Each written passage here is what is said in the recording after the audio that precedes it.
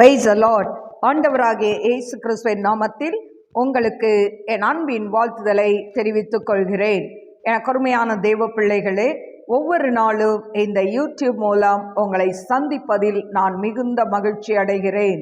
இந்த ஆடியோவை நீங்கள் கேட்டு தேவ ஆசீர்வாதத்தை பெறுவது மட்டுமன்றி, உங்களுக்கு அறிமுகமானவர்கள், உங்கள் நண்பர்கள், உங்கள் உறவினர்களுக்கும் இந்த ஆடியோவை அனுப்பி தேவனுடைய நாமத்தை மகிமைப்படுத்தும்படி உங்களை அன்புடன் கேட்டுக்கொள்கிறேன்.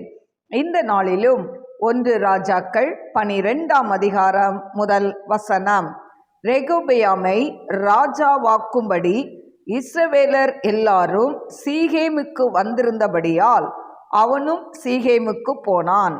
ராஜாவாகிய சாலமோனை விட்டு ஓடிப்போய் எகிப்திலே குடியிருந்த நேபாத்தின் குமாரனாகிய யெரொபெயாமோ எகிப்தில் இருக்கையில் இதை கேள்விப்பட்டான்.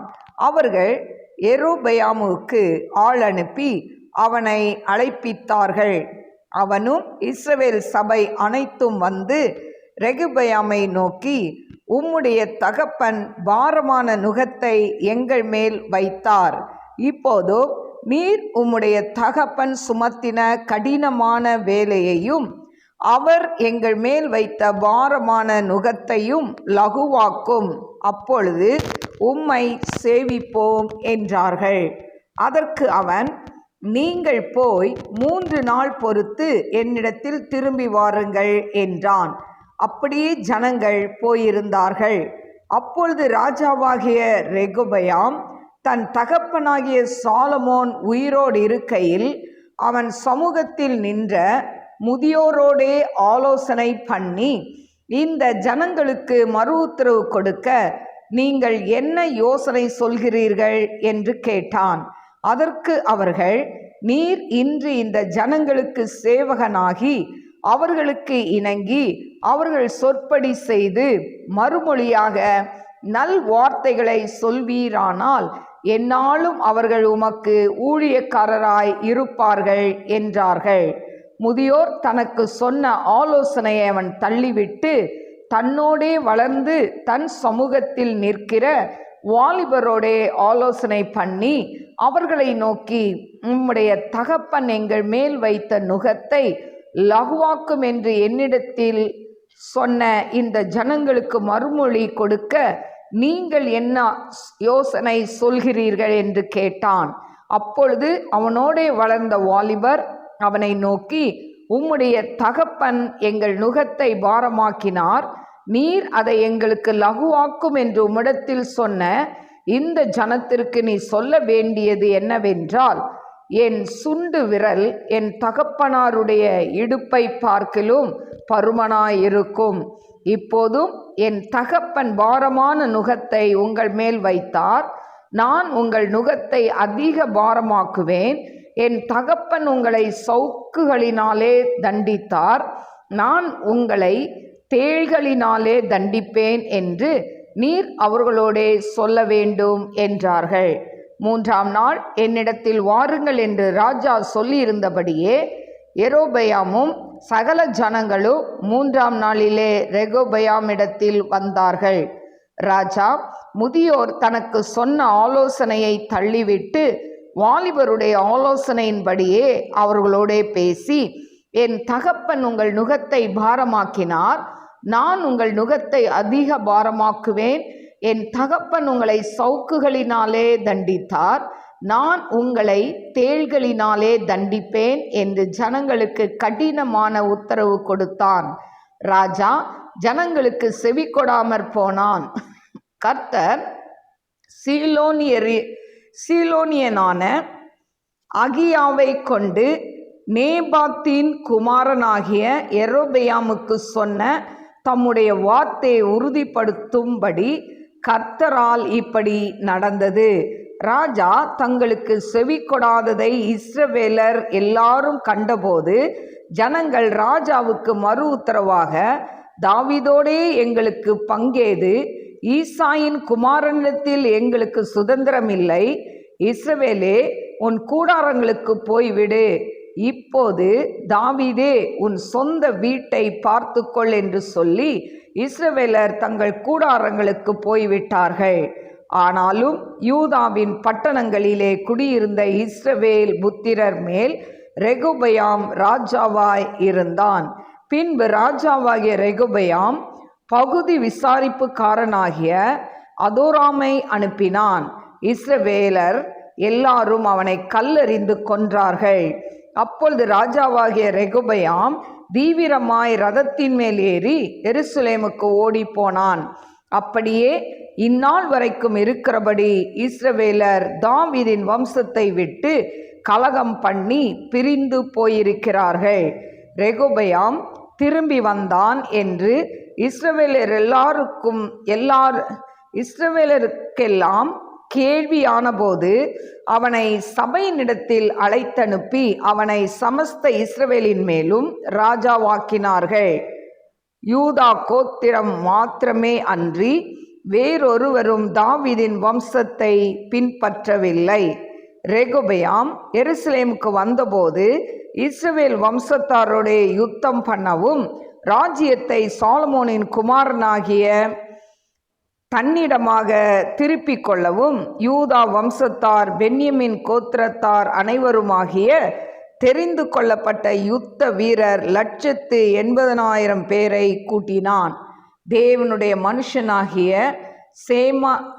செமாயாவுக்கு தேவனுடைய வார்த்தை உண்டாகி அவர் சொன்னது, நீ யூதாவின் ராஜாவாகிய ரெகொபெயாம் என்னும் சாலமோனின் குமாரனையும் யூதா வம்சத்தார் அனைவரையும் பென்யமீனரையும் மற்ற ஜனங்களையும் நோக்கி, நீங்கள் போகாமலும் இஸ்ரவேல் புத்திரரான உங்கள் சகோதரரோடு யுத்தம் பண்ணாமலும் அவரவர் தம் தம் வீட்டிற்கு திரும்புங்கள். என்னாலே இந்த காரியம் நடந்தது என்று கர்த்தர் உரைக்கிறார் என்று சொல் என்றார். அப்பொழுது அவர்கள் கர்த்தருடைய சொல்லை கேட்டு கர்த்தருடைய வார்த்தையின்படியே திரும்பி போய்விட்டார்கள். யெரொபெயாம் எப்ராயிம் மலை தேசத்தில் சீகேமை கட்டி அதிலே வாசம் பண்ணி அங்கிருந்து போய் பெனுவேலை கட்டினான். யெரொபெயாம் இப்போது ராஜ்யபாரம் தாவீது வம்சமாய் திரும்புகிறதாய் இருக்கும்.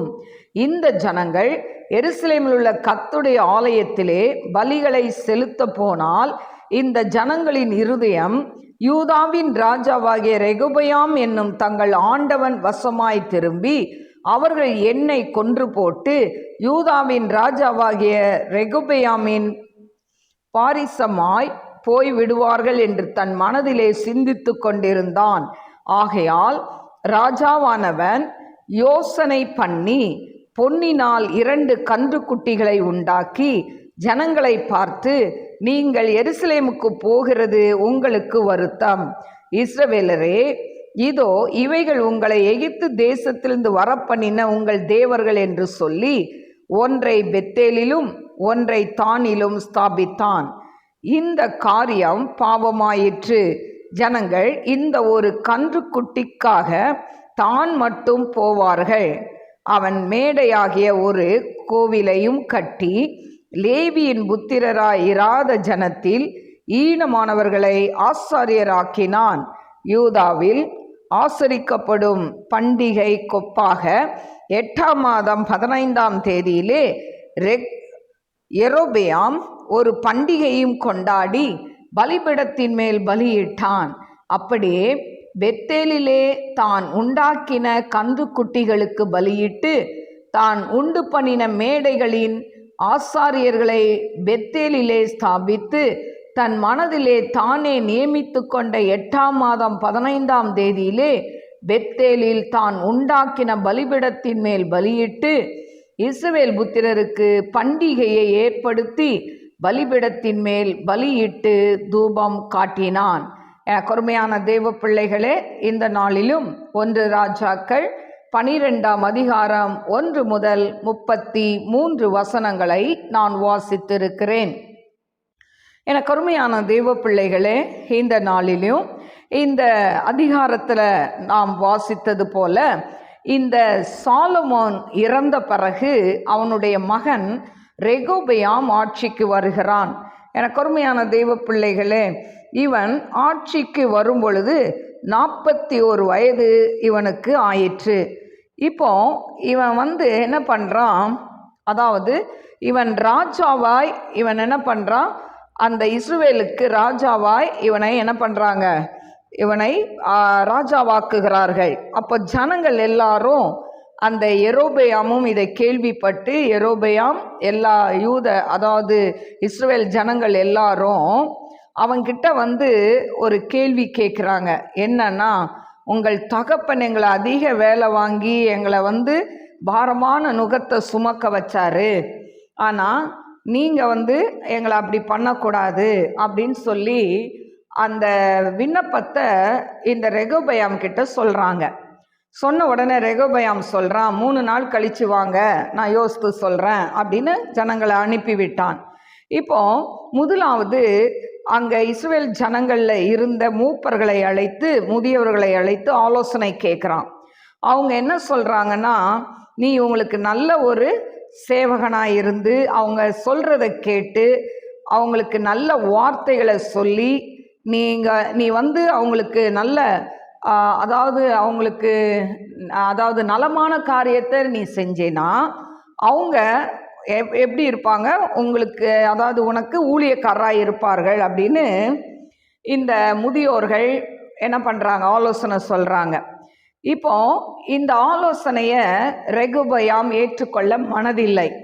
இவன் என்ன பண்ணுறான், அந்த ஆலோசனையை தள்ளி தன் வயதுக்கு ஒத்த வாலிபர்களை அழைத்து அவன் என்ன பண்ணுறான், ஆலோசனை கேட்குறான். அப்படி ஆலோசனை கேட்கும்போது அவங்க சொன்ன ஒரு காரியம் என்னன்னா, என் சுண்டு விரல் என் தகப்பனாருடைய இடுப்பை பார்க்கலும் பருமனாயிருக்கும் அப்படின்னு சொல்கிறாங்க. அப்படின்னா என்ன அர்த்தம், எங்கள் அப்பா அதாவது எங்கள் அப்பா சாலமோன் உங்களை சவுக்குனால தான் தண்டித்தாரு, ஆனால் நான் என்ன பண்ணுவேன்னா உங்களை தேள்களினாலே தண்டிப்பேன். அப்போ அவங்க அப்பாவை காட்டிலும் இவன் கொடுமையாக தண்டிப்பேன்னு சொன்ன உடனே அந்த இஸ்ரவேலர்கள் அதாவது அவங்க சொல்லியும் அந்த முதியோர்கள் சொன்ன ஆலோசனையை இவன் தள்ளிவிட்டு அந்த வாலிபர்கள் சொன்ன ஆலோசனையை இவன் ஜனங்கள்கிட்ட 3 நாள் கழித்து வர சொல்லியிருந்தபடி எல்லாரும் வராங்க. வந்த உடனே இதை மாதிரி சொன்ன உடனே இஸ்ரவேல் ஜனங்கள் என்ன பண்ணுறாங்க, அவங்க அதாவது ராஜா தங்களுக்கு செவி கொடுக்காததை இஸ்ரவேலர் எல்லாரும் கண்டபோது ஜனங்கள் ராஜாவுக்கு மறு உத்தரவாக இப்போ ஜனங்கள்லாம் சொல்கிறாங்க, தாவீதோடு எங்களுக்கு பங்கு கிடையாது, ஈசாயின் குமாரனிடத்தில் எங்களுக்கு சுதந்திரம் இல்லை, இஸ்ரவேலே உன் கூடாரங்களுக்கு போய்விடு. அப்போ அவங்க எல்லாரையும் பார்த்து சொல்கிறாங்க, இப்போ என்ன பண்ணுங்க, அவங்க இடத்துக்கு போயிருங்க அப்படின்னு சொல்லி இஸ்ரவேலர் எல்லாரும் தங்கள் கூடாரங்களுக்கு போயிட்டாங்க. எனக்கு அருமையான தெய்வ பிள்ளைகளே, இப்படி இருக்கிற இந்த நாட்களில் பார்த்திங்கன்னா இந்த யெரொபெயாம் இஸ்ரவேல் புத்திரர் மேல் இவன் ராஜாவாக இருக்கிறான். ஆனால் அதுக்கப்புறம் இஸ்ரவேலரில் ஒரு சிலர் பிரிந்து இந்த ரெகொபெயாமை ராஜாவாய் மாற்றுகிறார்கள். இப்போ இந்த ரெகொபெயாமுக்கு கீழே அநேக இஸ்ரவேலர்கள் கடந்து போயிட்டாங்க. இதில் யூதா ஜனங்கள் மட்டும் என்ன பண்ணுறாங்க, அதாவது இந்த ரெகொபெயாம் கூட இருக்கிறதை நாம் பார்க்கிறோம். எனக்கு அருமையான தெய்வ பிள்ளைகளே, இப்படி அந்த இஸ்ரவேல் ஜனங்களுக்குள்ள அந்த 2ஆய் பிரிந்து போகிறதை நாம் பார்க்கிறோம். இந்த யூதா கோத்திரம் மட்டும் என்ன பண்ணுது, இந்த தாவீது அதாவது ரெகொபெயாமை பின்பற்றி வருகிறார்கள். பாருங்க, ரெகொபெயாம் எருசலேமுக்கு வந்தபோது இஸ்ரவேல் வம்சத்தாருடைய யுத்தம் பண்ணவும் ராஜ்யத்தை சாலமோனின் குமாரனாகிய தன்னிடமாக திருப்பிக் கொள்ளவும் யூதா வம்சத்தார் பென்யமீன் கோத்திரத்தார் அனைவருமாகிய தெரிந்து கொள்ளப்பட்ட யுத்த வீரர்கள் 180,000 பேரை கூட்டினான். இப்போ இவங்கெல்லாம் போய் சண்டைக்கு போகலாம் அப்படின்னு சொல்லி இது பண்ணும்போது அங்கே அதாவது செமாயா அப்படின்ற ஒரு தீர்க்கதரிசிக்கு கர்த்தருடைய வார்த்தை உண்டாகி அவங்க சொல்கிறாங்க, நீங்கள் போய் இப்போ சண்டை போடாதீங்க, அவங்கவுங்க நீங்கள் திரும்பி போயிருங்க, இது கர்த்தரால் ஏற்படுத்தப்பட்டது, அதனால் நீங்கள் இப்போ சண்டைக்கு போவேணான்னு இந்த ரெகொபெயாம் எல்லாரும் என்ன பண்ணுறாங்க, அவங்கவுங்க தங்களுடைய இடத்துக்கு போயிடுறாங்க. இப்போ இந்த யெரொபெயாம் பார்க்குறான், இந்த யெரொபெயாம் கிட்ட ஆண்டவர் சாலமோன் இருக்கும் பொழுதே என்ன சொல்கிறாரு, ஒரு அதாவது தீர்க்கதரிசி கிட்ட சொல்லி அவன் என்ன பண்றான், அந்த புது சால்வை அகியா என்கிற ஒரு தீர்க்கதரிசி இந்த யெரொபெயாமை வயல்வெளியில கண்டு புது சால்வைய 12 துண்டா கிழிச்சு 10 நீ எடுத்துக்கோ அப்படின்னு சொல்றாரு. ஒரு துண்டு தான் ரெகொபெயாமுக்கு அப்படின்னு சொல்லி அவர் தீர்க்கதரிசி ஆண்டவர் சொன்னதை சொல்றாரு. அதை இந்த யெரொபெயாம் நம்பல. இன்னொன்னு, இந்த இஸ்ரவேல் ஜனங்கள் எல்லாரும் ரெகொபெயாமோடு, அதாவது தாவீது சாலமோனுடைய மகனோடு சேர்ந்து கொண்டு நம்மளை கொன்று போட்டுருவாங்களோ அப்படின்ற ஒரு பயம் இருந்தது. இன்னொன்று, இவர்கள் அதாவது பண்டிகை கொண்டாட அங்கே எல்லாரும் அந்த இடத்துக்கு போகும்போது இவர்கள் மனம் மாறி ஒருவேளை ரெகொபெயாம் கூட சேர்ந்துருவாங்களோ அப்படின்னு சொல்லி அநேக காரியங்களை குறித்து கலங்குகிறான், பயப்படுகிறான் இந்த யெரொபெயாம். பாருங்க, யெரொபெயாமுக்கு ஆண்டவர் திட்டமாக சொல்லி நான் உன்னை ராஜாவாக்குவேன், 10 கோத்திரம் உனக்கு தரேன் எல்லாம் சொல்லியும் இந்த யெரொபெயாம் தேவனை சார்ந்திருக்கவில்லை, தேவனை நம்பவில்லை. அகியா தீர்க்கதரிசி சொன்ன வார்த்தைகளை நம்பாம இவன் சுயமா யோசனை பண்ணி இந்த ஜனங்களை எப்படியும் அந்த இடத்துக்கு போக விடக்கூடாது என்று சொல்லி இவன் என்ன பண்றான், ஒரு 2 கன்றுக்குட்டியை உண்டாக்குகிறதை பார்க்கிறோம். எனக்கு அருமையான தேவ பிள்ளைகளே, பொண்ணுனால 2 கண்ணுக்குட்டியை உண்டாக்கி இதுதான் இஸ்ரவேல் ஜனங்களை அன்னைக்கு வழி நடத்தி வந்த தேவர்கள் என்று சொல்லி ஒன்றை பெத்தேலிலும் இன்னொன்று தானிலும் வச்சிடறான். இப்போ ஜனங்கள் இதனால் அநேகர் இந்த கன்றுக்குட்டியை வணங்கி பாவம் செய்கிறதை நாம் பார்க்கிறோம். மேடைகளை கட்டி பலிகளை செலுத்தி இப்படி ஜனங்களை அந்த ரெகொபெயாம் இடத்துல போகாதபடிக்கு அவங்க என்ன பண்ணுறாங்க, அந்த தடுத்து அவன் இங்கேயே நிறுத்தி விடுகிறான் அந்த ஜனங்களை.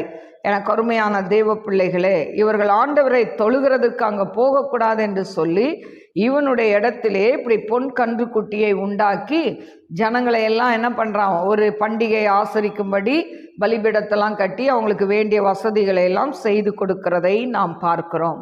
எனக்கு அருமையான தேவ பிள்ளைகளே, பாருங்க, இஸ்ரவேல் ஜனங்கள் எகிப்திலிருந்து அதாவது வரும்பொழுது 10 விதமான வாதையை கொடுத்து ஆண்டவர் அங்கிருந்து கொண்டு வரார். ஆனால் அப்படி வந்து ஆண்டவர் செங்கடலை பிளக்க வைத்தார், யோர்தானை கற்குவியலாக நிற்க வைத்தார். ஆனாலும் ஜனங்கள் மோசே 10 கட்டளையை பெற்றுக்கொள்ள அந்த மலை மேல் ஏறி போகும் பொழுது வர தாமதித்த உடனே இந்த மோசைக்கு என்ன நேரிட்டதோ, எங்களை வழி நடத்துறதுக்கு தெய்வம் வேணும் என்று சொல்லி ஆரோனை அவர்கள் கஷ்டப்படுத்தினதுனால் அவன் என்ன பண்ணுறான், அவங்கக்கிட்ட இருக்கிற நகையெல்லாம் உள்ளே போடுங்கன்னு போட்டால் அது ஒரு கன்றுக்குட்டியாய் உருவானது. அப்போ அன்னைக்கே அந்த கன்றுக்குட்டியை உண்டாக்கி அதுக்கு முன்னால் நடனம் ஆடி இது பண்ணும்போது ஆண்டவர் கோபப்பட்டார். இவங்க வணங்கா கழுத்துள்ள ஜனங்களை இவங்க அழிக்கிறேன்னு ஆண்டவர் சொன்னார். ஆனால் அதே பாவத்தை இந்த யெரொபெயாம் செய்கிறதை பார்க்கிறோம். எனக்கு அருமையான தேவ பிள்ளைகளே, அது அவன் ஸ்தாபித்த அந்த நாள் முதற்கொண்டு இஸ்ரவேலர்கள் என்ன பண்ணாங்க, இந்த கன்றுக்குட்டியை வணங்கி அதாவது பாவம் செய்தார்கள், தேவனுக்கு கோபம் ஊட்டினார்கள். எனக்கு அருமையான தேவ பிள்ளைகளே, ஆண்டவர் நம் வாழ்க்கையில் எதை செய்வேன்னு சொல்கிறாரோ அதை நாம் விசுவாசிக்க வேண்டும். சூழ்நிலையை பார்க்கக்கூடாது. இந்த யெரொபெயாம் சூழ்நிலையை பார்த்தான். ரெகொபெயாம், சாலமோனுடைய மகன் ரெகொபெயாமோடு எல்லாரும் சேர்ந்துருவாங்களோ, எல்லாரும் சேர்ந்துட்டு நம்மளை கொன்று போட்டுருவாங்களோன்னு பயந்ததுனால இந்த ரெகொபெயாம் கிட்ட இவங்கெல்லாம் போகக்கூடாதுன்றதுக்காக இவன் நாட்டிலே என்ன பண்ணிட்டான், கன்றுக்குட்டியை செய்து வணங்க வைத்தான். அல்லேலூயா. விக்கிரக ஆராதனை கர்த்தருக்கு அருவருப்பானது என்று நாம் வேதத்தில் பார்க்கிறோம். அப்போ இவன் இதை மாதிரி துணிகரமாக இந்த யெரொபெயாம் செய்ததுனால அவனுக்கு பின்னால் என்ன நேர்ந்தது என்று சொல்லி நாம் பார்க்கலாம். இதிலிருந்து நாம் ஒன்றை கற்றுக்கொள்ள வேண்டும்.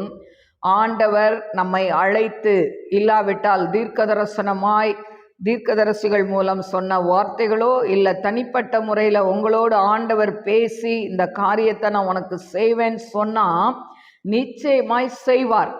ஆனால் சில நேரங்களில் சூழ்நிலைகள் சாதகமாக இருக்காது. ஆண்டவர் ஒன்றை சொல்லியிருப்பார், அதுக்கு நேர் எதிராக காரியங்கள் நடக்கும். ஆண்டவர் நான் உன்னை ஆசீர்வதிப்பேன்னு சொல்லியிருப்பார், ஆனால் ஆசீர்வதிக்கிறதுக்கு ஒரு காரியமும் இருக்காது, நீங்கள் தரித்திரத்தில் இருப்பீங்க. ஆனால் ஆண்டவர் சொன்னா அதை செய்வார். நாம் காத்திருக்க வேண்டும். யெரொபெயாம் காத்திருக்கல. என்ன நடக்குமோன்னு பயந்தான். பயந்ததின் விளைவில் அவனுக்குள்ள என்ன வந்துருச்சு? ஜனங்கள் போய் அந்த ரெகொபெயாம் சாலமோன் மகனோடு சேர்ந்துருவாங்களோன்னு பயந்ததுனால அவனுக்குள்ள ஒரு பொறாமை வந்தது. இந்த பொறாமை வந்ததுனால விக்கிரகத்தை உண்டு பண்ணினான். கருமையான தேவ பிள்ளைகளை, இதை கேட்டுக்கொண்டிருக்கிற அன்பு சகோதர சகோதரிகளே, இந்த நாளிலையும் கர்த்தர் சொன்ன வார்த்தையை அசட்டை பண்ணி இருக்கிறீர்களா? கர்த்தர் உங்களுக்கு கொடுத்த வாக்கு தத்தத்தை ஆண்டவர் சொன்னாரு, என்ன நடக்கலை, ஒன்றுமே நடக்கலை அப்படின்னு நினைக்கிறீங்களா? இல்லை, கர்த்தர் சொன்னதுதான். அவர் மனம் மாற மனுஷன் அல்ல. கருமையான தேவ பிள்ளைகளே, மனுஷன் தான் வாக்கு பண்ணுவான், ஆனால் வாக்கை அவர்கள் நிறைவேற்ற மாட்டார்கள். ஆனால் தேவன் சொன்னதை செய்கிறவர். ஹல்லேலூயா. அவர் ஒரு நாளும் அதாவது மனம் மாறவே மாட்டார். எதை சொன்னாரோ அதை கட்டாயம் செய்வார். ஆனால் நாம் காத்திருக்க வேண்டும். அந்த வார்த்தைகள், சொன்ன வார்த்தைகளுக்கு மாறாக சில காரியங்கள் உங்கள் வாழ்க்கையில் நடக்க தான் செய்யும். ஆண்டவர் இப்படி சொன்னார், ஆனால் ஏன் அப்படியே தலைகீழாக நடக்குது அப்படின்னு நீங்கள் நினைக்கலாம். ஆண்டவரை நம்பாம, அவர் மேலே நம்பிக்கை வைக்காம போடுற அளவுக்கு கூட சில பிரச்சனைகள் உங்களை அதாவது சூழ்ந்து ஆண்டவர் மேலே நம்பிக்கையே வைக்க முடியாத அளவுக்கு சில காரியங்கள் உங்கள் வாழ்க்கையில் நடக்கலாம். ஆனாலும் ஒன்றை தெரிந்து கொள்ளுங்க, கர்த்தர் சொன்னதை நிறைவேற்ற அவர் வல்லவராயிருக்கிறார். ஹல்லேலூயா. யாக்கோபுக்கு ஆண்டவர் வாக்கு கொடுத்தார்ல, நீ படுத்திருக்கிற இந்த இடத்துல ஆண்டவர் அவனோட வந்து அவனோட உடன்படிக்கை அவனோட பேசுறாருல, நீ அதாவது இந்த இடத்துக்கு நான் உன்னை திரும்பவும் வர செய்வேன், உன் சொந்த இடத்துக்கு நான் உன்னை திரும்பவும் வர செய்வேன், நான் உனக்கு சொன்னதை செய்யுமளவும் நான் உன்னை விட்டு விலகுதலுனை கைவிடுவதில்லைன்னு சொல்றாரு. யாக்கோபை கைவிட்டாரா? இல்லையே. ஆண்டவர் சொந்த தேசத்துக்கு மறுபடியும் அவனை கொண்டு வந்தார்ல. ஆபிரகாமை கைவிட்டாரா? கைவிடலையே. ஆண்டவர் சொன்னார், உனக்கு அதாவது நட்சத்திரங்களை போல உனக்கு பிள்ளைகள் பிறக்கும்னு சொன்னார். கடற்கரை மணலை போல, பூமியின் தூளை போல சொன்ன ஒரு வாக்கு தத்துவம் நிறைவேறாமல் இருந்ததா? இல்லையே. ஆண்டவர் எண்ணிக்கை கடங்காத ஜனங்களை கொடுத்தாரு. அவன் ஆபிரகாம் தகப்பன், விசுவாசத்தின் தகப்பனாய் மாறினாரு. ஆண்டவர் வாக்கு கொடுத்தா அது வாக்கு கொடுத்தது தான், அதை நிறைவேற்றுவார். ஹல்லேலூயா. நம்மளா ஆண்டவர் கொடுத்த வாக்கு தத்தத்துக்கு மாறா போனா, ஆண்டவருக்கு கீழ்ப்படியாம வேற வழியில துன்மார்க்கமா போனா, அப்போ ஆண்டவருடைய வாக்கு தத்தம் நிறைவேறாது. இன்னைக்கு யெரொபெயாம் கிட்ட 10 கோத்திரம் 10 துண்டை கொடுக்கிறார். 12 கோத்திரத்துல 10 கோத்திரம் உனக்கு தருவேன்னா ஆண்டவர் தந்தார். ஆனா இவன் என்ன பண்ணான்? இந்த யெரொபெயாம் விசுவாசிக்கல. எனக்கு அருமையான தெய்வ பிள்ளைகளே, இன்னைக்கு ஆண்டவர் மேலே ஒரு அசைக்க முடியாத நம்பிக்கை வைங்க. கர்த்தர் உங்கள் வாழ்க்கையில் பெரிய காரியங்களை செய்வார். கண்களை மூடி நாம் செபிப்போம். ஸ்தோத்திரிக்கிறேன் ஆண்டவரே, மகா பரிசுத்தமுள்ள நல்ல தகப்பனே, உமக்கு கோடி கோடி ஸ்தோத்திரங்களை ஏறெடுக்கிறேன்ப்பா. அப்பா, இந்த வேலையிலையும் கூட கர்த்தாவே, யெரொபெயாமுக்கு ஆண்டவரை சாலமோன் ராஜா இருக்கும்போதே ஆண்டவரை அகியா தீர்க்கதரிசியின் மூலம் சொன்ன வார்த்தைகளை அவன் நம்பாம போன ஆண்டவரை. அது மட்டும் இல்லை அப்பா, உம்மை சார்ந்து வாழாம போனான் ஆண்டவரே. உமாக்கு ஸ்தோத்திரிக்கிறேன் ஆண்டவரை. அப்பா, விக்கிரங்களை உண்டு பண்ணினான் ஆண்டவரே. உமக்கு பிரியமில்லாத எல்லா காரியத்தையும் அவன் செய்ததை பார்க்குறோம் ஆண்டவரே. நன்றியோடு ஸ்தோத்திரிக்கிற ரெகொபெயாமும் ஆண்டவரே, முதியோர்களுடைய ஆலோசனையை கேட்காம வாலிபருடைய ஆலோசனையை கேட்டு ஆண்டவரே, அதனால தகப்பன இந்த கோத்திரம் பிரிந்து போகும்படியாய் ஆண்டவரே அந்த இடத்துல நடந்த சம்பவங்களையும் நாங்கள் கர்த்தாவே தியானித்தோம் ஆண்டவரை. இதை கேட்டுக்கொண்டிருக்கிற ஒவ்வொரு பிள்ளைகளுடைய உள்ளத்திலையும் நீங்கள் பேசுங்க ஆண்டவரை. அப்பா, முதியோர்களுடைய ஆலோசனையை ஆண்டவரை அல்லல் தட்டாதபடி அப்பா, நல்ல ஆலோசனைகள் முதியோர்களிடந்து வரும்பொழுது அதை ஏற்றுக்கொள்ளக்கூடிய மனப்பக்குவத்தை அப்பா தகப்பனை அதிகாரத்தில் இருக்கிறவங்களுக்கு நீர் ஆண்டவரே தர வேண்டுமாறு ஜெபிக்கிற அப்பா. முதியவர்கள் என்று ஒதுக்கி தள்ளாதபடி அப்பா, அவங்க சொல்கிற வார்த்தைகளில் அர்த்தம் இருக்கு ஆண்டவரே, அதை அறிந்து ஆண்டவரே செயல்பட கிருபை தாங்க இயேசுப்பா. ஆண்டவரே, உம்முடைய கரத்தில் தாழ்த்தி ஒப்பு கொடுக்குறப்பா. ஆண்டவரே உமக்கு ஸ்தோத்திரம். இதை கேட்டுக்கொண்டிருக்கிற ஒவ்வொரு பிள்ளைகளுக்குள்ளேயும் ஆண்டவரே வாலிபருடைய ஆலோசனையை கேட்டு முதியோருடைய ஆலோசனையை தள்ளாதபடி அப்பா முதியோர்கள் சொல்கிற நல்ல கருத்துக்களை ஏற்றுக்கொண்டு வாழ்க்கையில முன்னுக்கு வர நீர் கிருபை தர வேண்டுமாறு செபிக்கிறேன். அதே போல ரெகொபெயாமுக்கு கொடுத்த ஆண்டவரே அந்த காரியங்களை அவன் நம்ப ஆண்டவரை விசுவாசிக்க மறந்து போனான். ஆண்டவரே அதை மாதிரி இல்லாதபடி ஏசப்பா உம்முடைய பிள்ளைகள் விசுவாசத்துல நிலைத்திருக்க கிருபை தர வேண்டுமாறு செபிக்கிற அன்பின் கரத்துல பிள்ளைகளை தாழ்த்துகிறப்பா. ஆசீர்வதிங்க டாடி. நாம மாத்திரம் மகிமைப்படட்டும். இயேசுவின் நாமத்தில் கேட்கிறேன் பிதாவே. ஆமென். God bless you. God bless you.